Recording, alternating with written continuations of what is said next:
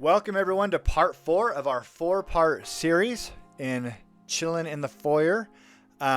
Today we are talking about the culture part of our doctrine, policy, counsel, and culture.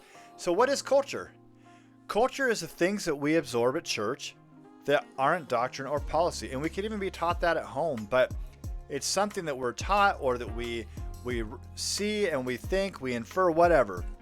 So culture at times can include a pressure to marry young, treating tattoos or beards as spiritually suspect, assuming all faithful members are going to vote the same, a checklist gospel mentality.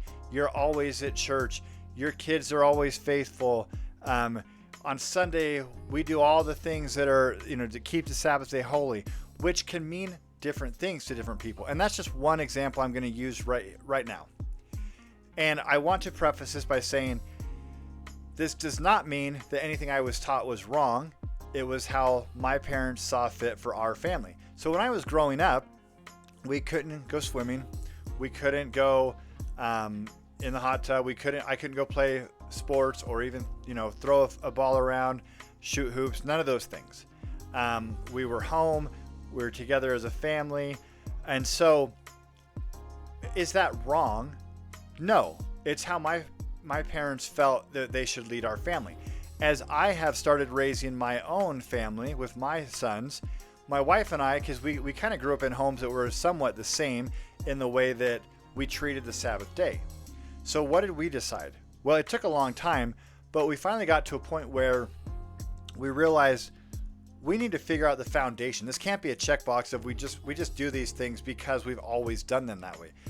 I don't love that way. Sometimes we get caught in this tradition within the church of, well, things have always been done this way, so that's the way they've got to be done. And that's just not the case.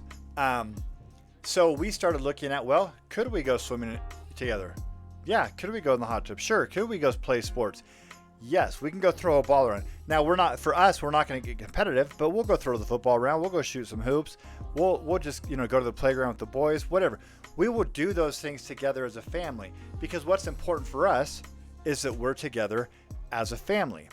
And so that's what I want to point out is there are so many of these culture things. And, one other thing that was interesting is for the first, 3.5 years I was in the bishopric, I kind of just thought every Sunday had to be, you have your 2 speakers, maybe a youth speaker and a musical number, and that was it.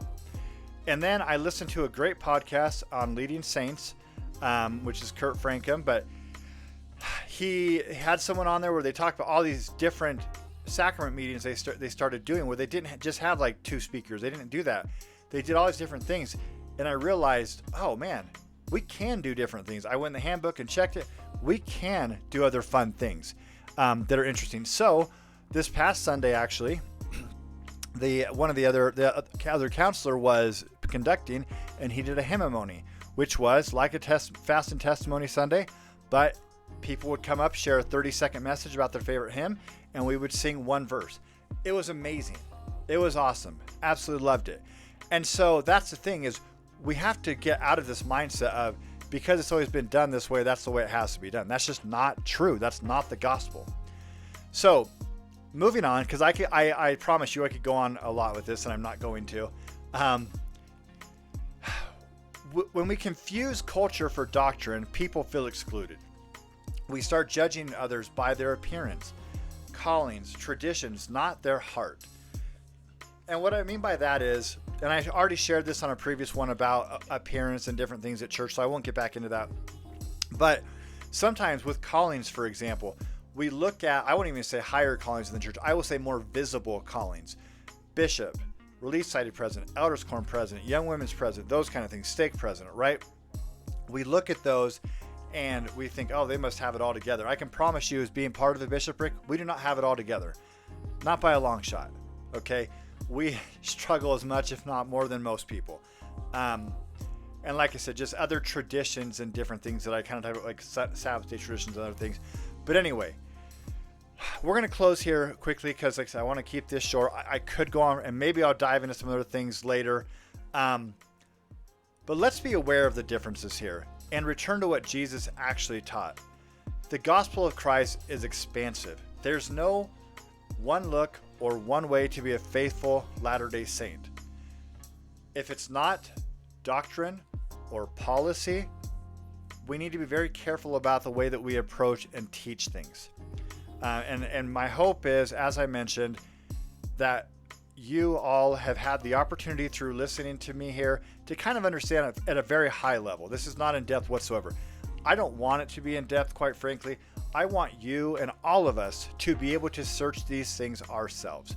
So when we hear something, which I'm actually going to, the next video I'm going to do is about God being disappointed in us. And I'm going to talk about why that was a big struggle for me when I heard a specific quote from an apostle. And so we'll talk about that in the next one, a little teaser there. But let's make room, let's make space, and let's most of all focus on the Savior and the way that He would want us to treat others, the way that He would want us to live. And if you've enjoyed this video, please feel free to like, share, and subscribe. And as always, love God, love others. Thanks for being here.